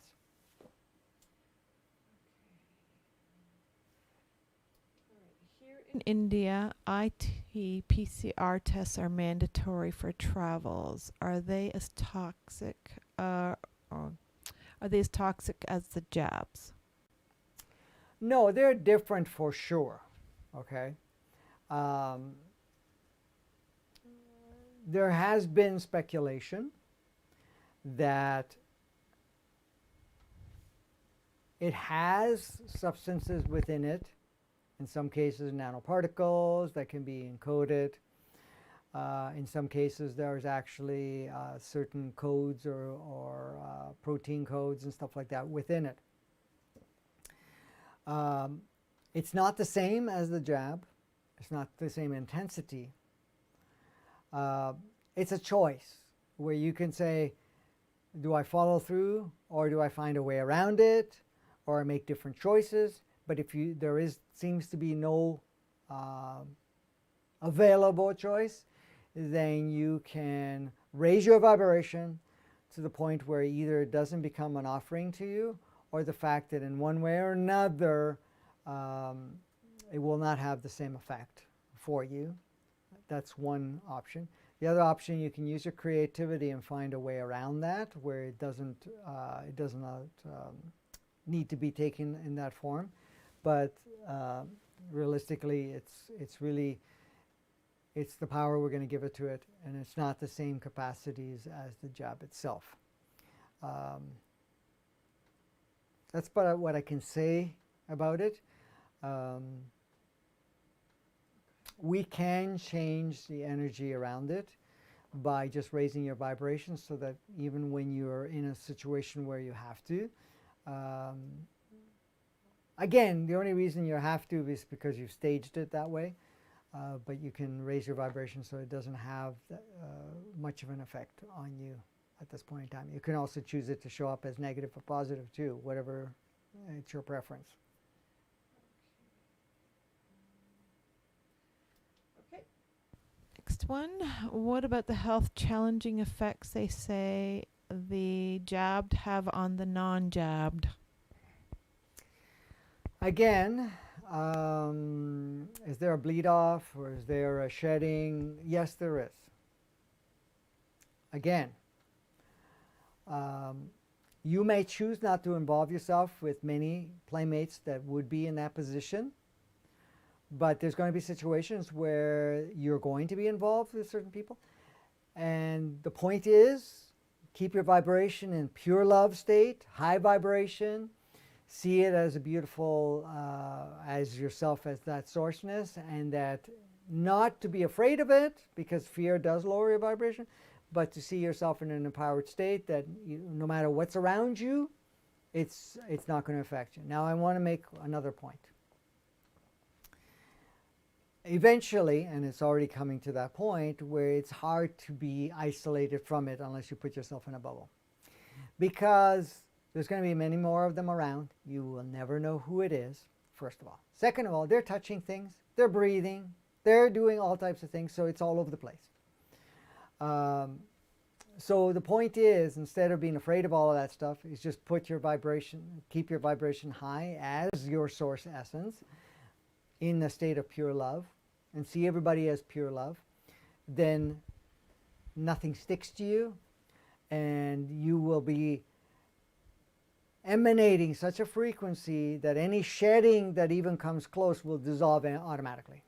Will just transmute and become source essence. That's all. So the codes of it will dissolve, will change, and so forth.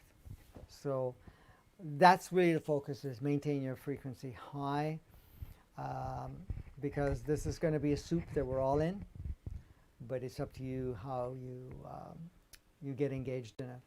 I know there's a lot of hype, a lot of fear.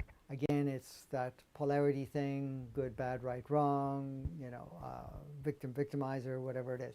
You're not a victim.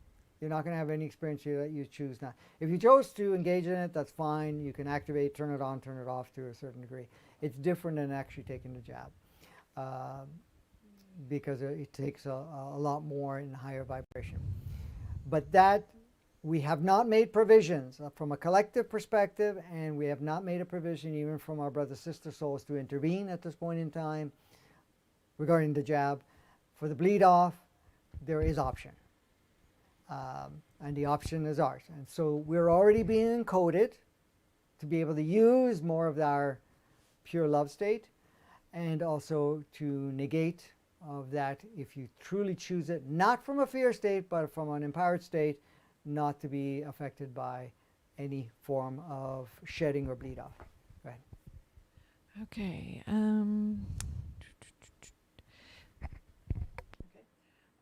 just learned that because I'm not vaccinated, I'm not really welcome to be with family, Father's Day. Is there an ideal response when most are double vaccinated? Of course, I see that it's perfect. Yeah, see it as perfect. And the thing is, if they're not open to have you there, you can say, well, from my observation, from my studies, I have chosen not to go down that path, and I am more than willing to engage with the family Father's Day thing. However, if you have an issue with that, that's fine. I love you, and that's it, and leave it at that, and see the perfection of that. If emotions come up, stories come up, feeling that you're unwanted or anything, you want to really work on that, because that's what the opportunity that you've bestowed yourself to do so. So if they want to play there, don't play there. It's okay. It doesn't matter if it's family dynamics. That's why I was talking about a lot of it in this episode. We're going to make new choices and so forth. You can be open, but they're not. That's okay. Work with yourself and so forth, and you can have your Skype call, Zoom call, WhatsApp call, all the other calls that they are out there. Yeah, you're not going to be able to hug them and so forth. But eventually, as things change, a lot of that will alter. So this is just a bridging point where, you know, there's an accentuation of polarity, vaccinated, non-vaccinated, and all that stuff. You know, I'm not going to give it any power. And the same thing with us. You know, if they don't want us there, hey, cool, we don't go. That's okay. I'm not going to make a big deal out of it or anything of that nature because, hey, it has to be a mutual dance. Okay. Okay. Let's see. It's more vaccine questions. Wow, I thought there was only 3. Oh, there's lots. Oh. But you know, maybe I'll be able to just be quick about it. Okay.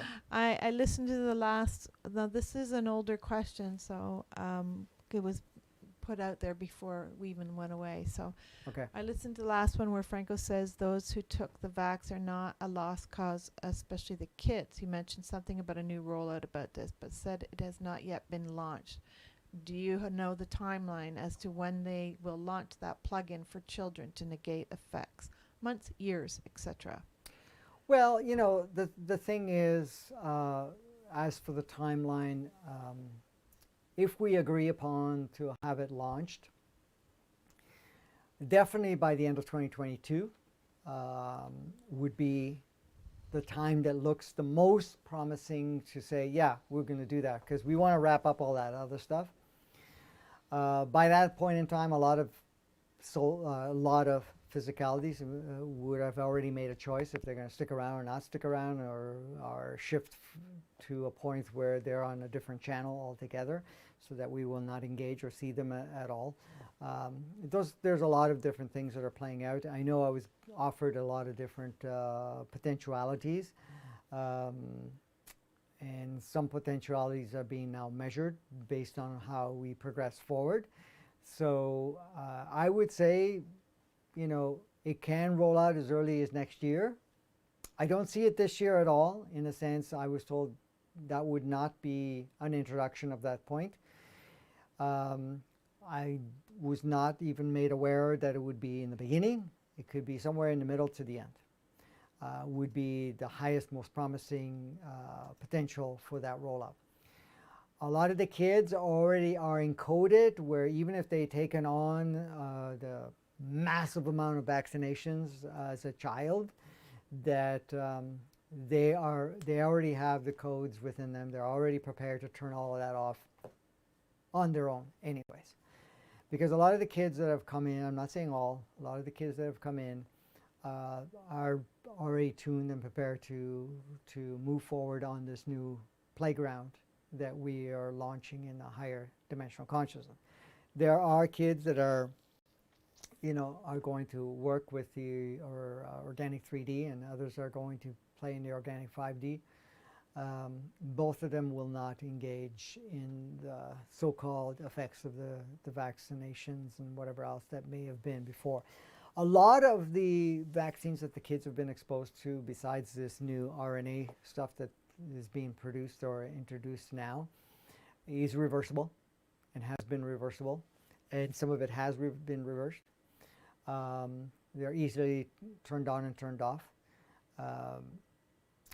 depending on how it serves. The ones that are now, the turn off and turn on is not available yet, but it's still very doable, and it has been brought up a month or so ago that they were prepared to launch something to negate all of that at some point. So I would say, as a timeline, mid to the end of 2022. I'm going to just repeat the question. Some people didn't hear the question, so I don't know if my mic is not. Is it going okay? No, it's going. I see it. Okay, I'll just. Maybe it didn't go the first time. I'll just redo the question, but then we'll move on to another one.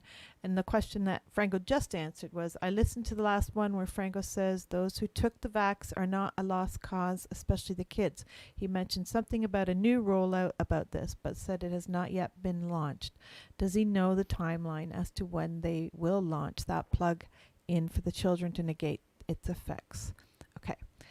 So the next, and I'm going to put these two together. These are the last two vaccine ones. Okay.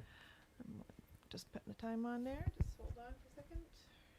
Well, it's interesting these questions are coming up because Yeah. in a sense it shows that people are paying attention to something besides the what people call the narrative or that narrow view. The narrative is really a narrow view that is that has an intention of sorts, but the intention is up to us to participate in it or not. Go ahead. Okay. So, okay, I'm going to just put them both together. I'm going to ask them both Okay. at the same time. Okay. Okay. Would there still be opportunity to inform those who've already taken the vax what we know about it, or will they be in a state not to absorb it, especially once it's in them? Or can we still plant the seed, and can it play a role of opportunity of awareness? And if our children who took the jab, is it still possible to live amongst one another when they're clearly on different timeline? Or does that not matter since our awakened timeline has more to do with our experience within? Yes, exactly. In that regard. Of the very last thing you said. But at the same time. What was the first part again? Just It was, would there still be opportunity to inform those who've Yes, already yes, yes. taken? Okay, thank you. So in essence, when we're looking at, how can I say? Once they've taken one of the jabs, if it's a dual part, they'll be less interested, but that doesn't mean you don't not share. Now, the presentation of how you share it has a very different impact than, let's put it this way, how you share it, how it's presented will vary in its impact. If you're going in and saying, you know, this is what I learned and this is a bad thing or whatever it is of this nature, there is more of a resistance. First of all, people don't want to be wrong. Second of all, you know, when situations of that nature comes in, is if they made that choice, then they'll be a little bit more convinced on whatever that other story may be. So if you feel guided without the motive to change their mind, without the motive to fix anything, but just as a sharing because it feels natural to you, then you would just say, hey, listen, you know, I understand you took the first jab or you did this or that or whatever it may be, but I've been doing further research and I've been kind of, you know, checking on certain things, and I've come to these discoveries and realizations and so forth that kind of, you know, I'm feeling that I'd like to share with you, but it's really up to you what you want to do with it and so forth. Then they're not going to put up the wall. They're not going to put a resistance up. Then they'll be a little bit open. And this is what my observation has been, and this is why I'm making a certain choice. I'm not saying my choice is better than your choice, but at the same time, based on looking at all sides of things and, you know, how it's being launched and everything else, that this makes more sense to me. So this is why I'm just sharing it with you. And then have no expectations or conditions that they will change or anything of that nature, because that also becomes an interference. So you just, with great love, offer what you know and what you've discovered and present it that way as you're discovering. If anything I've shared with other people and so forth, I always say, from my observation and from looking at this and that, this is the realization I've come to. This makes more sense to me. I'm not feeling guided to go one way or another or to go this direction at this point. And I don't even see why I would even go at that point, because I've also made certain choices in my life, and I also noticed that the outcomes were more matching with what I wanted to experience. So just present it that way. I would not say it's a lost cause, but then don't take it as a cause. Don't take it as hopeful or non-hopeful. Just share it to a degree. I mean, I know Kimberly can share her experience, but at the same time, a lot of times if they made a certain choice and you're trying to convince them, they will not hear what you have to offer. They only hear what they want to, and they will change it so that it matches their belief system of that point because they've already made a choice to go down that direction for whatever reason. As for engagement, you will engage with them to the degree that the both parties will want to engage. At some point, the engagement may disappear, or change, where they're going to go to another way of living life and they go into a different frequency and range. So they're going like to another channel of sorts, and they're not going to be involved in your life. And you get to a point and say, okay, great. We all have free will. We all have freedom. We can play in any part of the playground we choose. We can focus and design our reality to match us, and that's it. And you have to respect that each one of us are free. Each one has a choice, and each one will have whatever they choose to experience or whatever outcome they choose. Okay.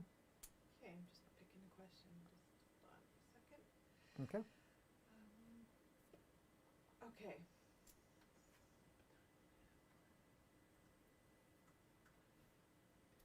Sorry, folks. Okay. When will be the time when we will live in City of Light that we will build and create ourselves? Like people are buying land and build community with organic food growing and light living. Well, that's coming online already as it is. You will, the thing is, there's a lot going on right now that may not be as supportive for that to come on a larger scale, but you can already start on a smaller scale if things are aligning for you to do so. If it's not aligning, then you want to drop the idea that it has to come by a certain time or expectations around that and work on yourself, and then the alignments will come together. Now, the alignments would be possibly the resources, would be probably the land, and the individuals that want to cooperate and participate with you at the same time. Where is it going to be? It's already moving, and it's going to expand. It's going to continue to grow. We still have a year and a half of kind of really trying times of sorts to kind of sift through where we're individually going for ourselves. So it may not be as conducive. It will be more possibility. It will be more streamlined of sorts to come into play in the beginning of 2023, because we've already wrapped up a lot of the stuff that we are going to be doing for the next year and a half, which is the rest of this year and pretty much most of next year. So if you're saying a timeline, it's really much more highly probable that alignments and cooperations and so forth will come at a bigger scale starting in 2023. It will elevate even bigger, but it will also take a different form where, the old way of doing things will not really play out as we imagine it, or a different way of doing it will come about that will be more in alignment of who we are becoming along the way. So I'm not saying you're not going to be in a group environment, but it may take a different form. The form can be even more elaborate. Full integration of fifth dimensional consciousness and moving forward in that level, which will transform everything else along the way. We will be, stepping into that in 2035 and be completed 100% by 2040. So it will be a very different environment, a different world of sorts of how we choose to create and move forward in that way. But the introductions and the alignments and taking what you just mentioned as the question, it's more progress will be made 23 on. Okay. This is a question that was emailed, one of the questions that was emailed ahead of time. Mm-hmm. What is a divinity path or divinity path being? What does this consist of, and how can someone live in a path of becoming a divinity path being? This was mentioned to me recently, and I cannot find anything on the internet about it. But is it a such thing? is this? Yeah. Well, it's a label that's been provided. Really, your divine self or divinative self, like people like to give it a name of sorts, is just being yourself, your higher self, which really it's your purest expression of your true essence. We're playing illusionary, adopted ideas, concepts, and so forth of what we represent, and we have done that for a very long time. But at the same time, when we're stepping into our divine self, it's being our true self, our pure self, our truer nature, our sourceness in human expression. That's all it is. It's you know, it can be construed as what something divine and non-divine. We're divine as it is, but we achieve a more refined aspect of ourselves, a more pure aspect of ourselves by being ourselves. And this is the thing. We're shedding off those adopted versions of ourselves, the polarized versions of ourselves. There are limited aspects of ourselves and so what we do is we go into that more purified state. Refined, purified state. That's really what it all means. Okay. Next question. So when even somebody says divine self or divine beings and so forth, they're a little bit more self-realized of their essence, but again, it doesn't make them any better. They're just more self-realized. And if they share something, it's based on their perspective because, again, you cannot take the perspective of different beings, the perspective of some other self-actualized, because everybody has a different perspective. And when I say different perspective, different viewpoint because of different experiences and so forth, we're all we're all unique. That's the word I was trying to say. We're all unique. We're all unique expressions of that sourceness in what we call form or what we call human expression. Go ahead. Ready? Yep. Okay. Is there a difference between God, prime creator, and source? There was a time when these terms and the soul and higher self together were being interchanged. To be honest, I feel intent is all that matters when communicating. But how important is that though? Intent. Is it important to still get the right wording? Not really. It's just the intent. So when we're talking about source, prime creator, again, is another version of source. And so you have source, you have what we call spirit, which is something that they refer to as prime creators, meaning that as spirit, it's source in creation. So it's been labeled as prime creator because it was the origination, if that's such a word. Probably not. The original start of creation. And what is creation? Creation is creating experiences, playgrounds, representation of that experience and so forth, and that's all it is. God is a name that was given to really source. It's all the same. They're just taking different roles. So when we're talking about spirit, it's taken on the role as creating playgrounds and experiencing itself and advancing, but it's still within source, it's still source, and it's still all of that. God is a label that has been given. It still refers to source and so forth. The problem, and I wouldn't say the problem, but one of the things that gets convoluted and gets a little bit sidetracked is that when we label the word God, first of all, we have many perceptions of what that means. We have many skewed perceptions of what that means. We have many ideas that it is a form, that it is a higher authority, that in some way it has the right to judge us or compare us or to instigate certain things. It's from a source aspect, or even from a spirit essence, there is no higher authority. We're all the same.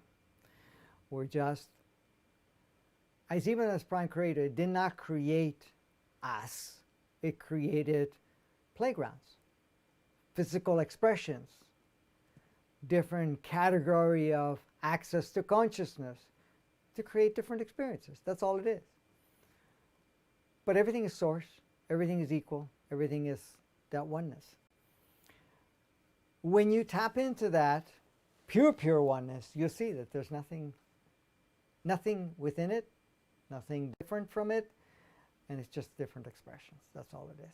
Yeah, so it can get confusing, but realistically is you say, I want to get, your intent is, I want to access more higher levels of source essence, source consciousness, and then the level that serves you in your experience will come through. That's Just add in there quickly, I know you've talked about this before, the difference between higher self and the soul. Is there a difference? Is it interchangeable word? What I can clarify. Everything is source. A soul is an entity. A soul is a cluster of consciousness that records experiences. It has its own definition of itself. Now, when we're talking about the multidimensional soul, that is the part that records many experiences on different playgrounds. So it learns, expands its unique expression, but its unique registration of experiences on different playgrounds, in different forms, in different dimensions, and so forth. So a soul coming into a body of any sort is bringing its multidimensional experiences and consciousness into that embodiment. Then there is the entity of what we call the human entity. And the human entity is also a recorder of the human incarnation. Male, female, different stages in the last 15,000 years, in different parts of the world, and different levels of evolution and consciousness expansion or degradation and so forth. So it carries all of that, and so does body. So when it comes to the whole understanding of higher self, the higher self is a combination of the highest expression of the body, highest expression of the human entity on the earth plane level, and the highest expression of the multidimensional soul, but it's also including the highest expression of accessibility of sourceness.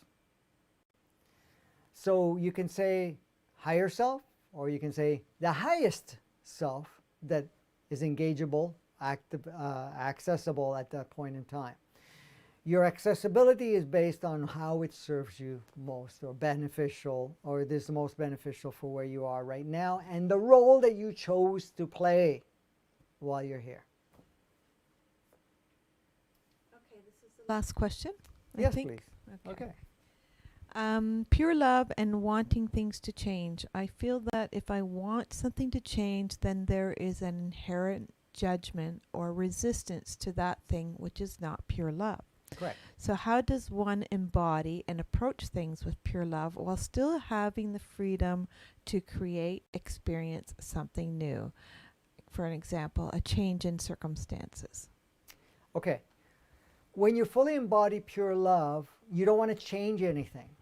You're going to observe what your current condition or situation or playground or whatever reality you've created, and then you're going to look at it and see how it serves you or not.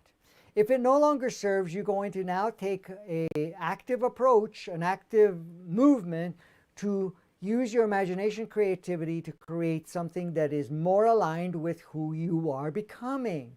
and who you're choosing to express your uniqueness in its advanced form. Pure love does not have any judgment. It has no good, bad, right, wrong about your current situation, but will also look at how can I best express myself? How can I utilize my imagination, creativity, my dream state to create something even grander just because I'm ready for it? That's all. It's not going to put any power of it, seeing that that it is one way and that it has no. Because when it sees it in the pure love, it sees pure perfection in your old creation, but it also realizes that it's not here to stay stagnant in an old creation. It's to always advance its creation, advance its creativity, imagination, its dream state, and also access more consciousness. Because as you access more consciousness in pure love, your creation, your reality, your engagements, your relationships, everything advances accordingly. So that's what you're really doing. So you look at your world and say, wow, beautiful, perfection, everything else. However, what do I choose to express now, because I'm ready to upgrade my creation, upgrade my expression, upgrade my reality, upgrade it, not because you have a judgment, but because you're ready for the next level, because that's who you are. You're always creating to the next level. This is why we update our experiences in life, even in a linear path. You're saying, well, okay, I want to go to higher levels of my expression and experience and my relationships and my whatever, right? So this is just a more elevated level of that, and that's what it is. So you will notice the more you embody pure love, less judgment, there's less polarity involved, and more source essence within yourself. Because pure love is your natural state, pure love is creator state, pure love is source state. Okay? I think that's it for questions for today, but I will keep all the ones that I've gathered from many more? the chat. Yeah, there's okay. Well, more than we can do today. yeah, that's So no problem. we'll keep them all and carry on and start with those ones that we didn't get to today. And Okay. So thank you for coming together again, and for your patience for coming on for the ones that came on early and then we were a little delayed. I thank you for all your contributions, supports, and so forth. We're always open to receive. It helps us to support our endeavor and focus and time and energies and so forth.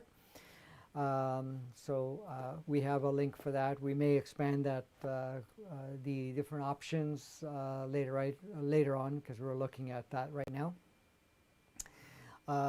At the same time, if you haven't subscribed or liked or anything of that, depending on what platform you are, do so if you feel guided to do so. The other thing is we have a show tomorrow evening with Todd at Zoology. That is coming up at 5:30 p.m. Eastern Time. So depending on where you are, it will be at different times. That we are going to engage further conversation. If you're on YouTube, it will not show live right away. I will post, it will be on Facebook because I do share it from there.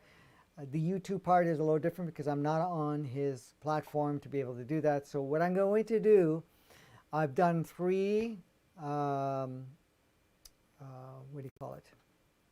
three interviews, 3 conversations with Todd. 2 of them we did while we were in Sedona from the Zoology Fest, or shortly after that, actually.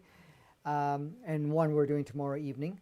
So those I will download it from Todd's platform, and then I will upload it onto Advancing Consciousness YouTube channel. But if you're on Facebook, it will be on my personal page, it will be on my public page, and it will be also on my Advancing Consciousness series page, which you may be on. So it will all be available at that point in time. We we'll let you know, another episode this coming Saturday at 4 p.m., but we will announce it. You will see it come up. It's not 100% yet, but it is a high probability. And then, of course, the one after that will be Tuesday. And we'll go back to the schedule of Tuesday. Hopefully we won't have any more technical issues. But as the vibrations increase, a lot of technologies get pushed to the max and get challenged. So we kind of have to flow with things and so forth. I will, in the description, put in the time stamps for the different questions. That will probably take me a few hours before I get to that today. So if you want to check that out because you're just listening to the replay, that I will have it broken down. So if you want any particular, go to the particular question, you know, you just go to that timestamp and you'll find it there. And that is great. Anything else you wanted to share, Miss Kimberly? No, I think that's it. Just thanks for everyone being online with us. And I want to just say, too, how nice it was to meet some of the people we do see on chat in person at the Solidity Fest. And it was quite lovely. And thanks. It was nice to see your names and see faces and hug people. Absolutely. And it was so amazing. Because, you know, I love to be in front of people. Yeah. People that are present, because you get to connect with them even more deeply than just doing it online. But the online is great too. For me, to do this online exclusively was a little bit challenging in the beginning. But then I found a way how to connect you through the live stream in a way, through my energy, to connect with all of you guys, so I can feel you guys and I can work with you guys much more intimately of sorts, even no matter where you are in the world, and also if you're watching it on the replay. So I can look at the camera and I can see you guys in person of sorts, but it's so much appreciated when I get to see people in person even more profoundly. Hopefully there's going to be more in the very near future. If not in the near future, it'll be not too far down the line. We have some other things that we're considering at this point, but we have to play with the current game and how we're collectively changing it all. So until next time, which could be Saturday or next Tuesday or both, have a blast, go out and play, and we'll see you again soon.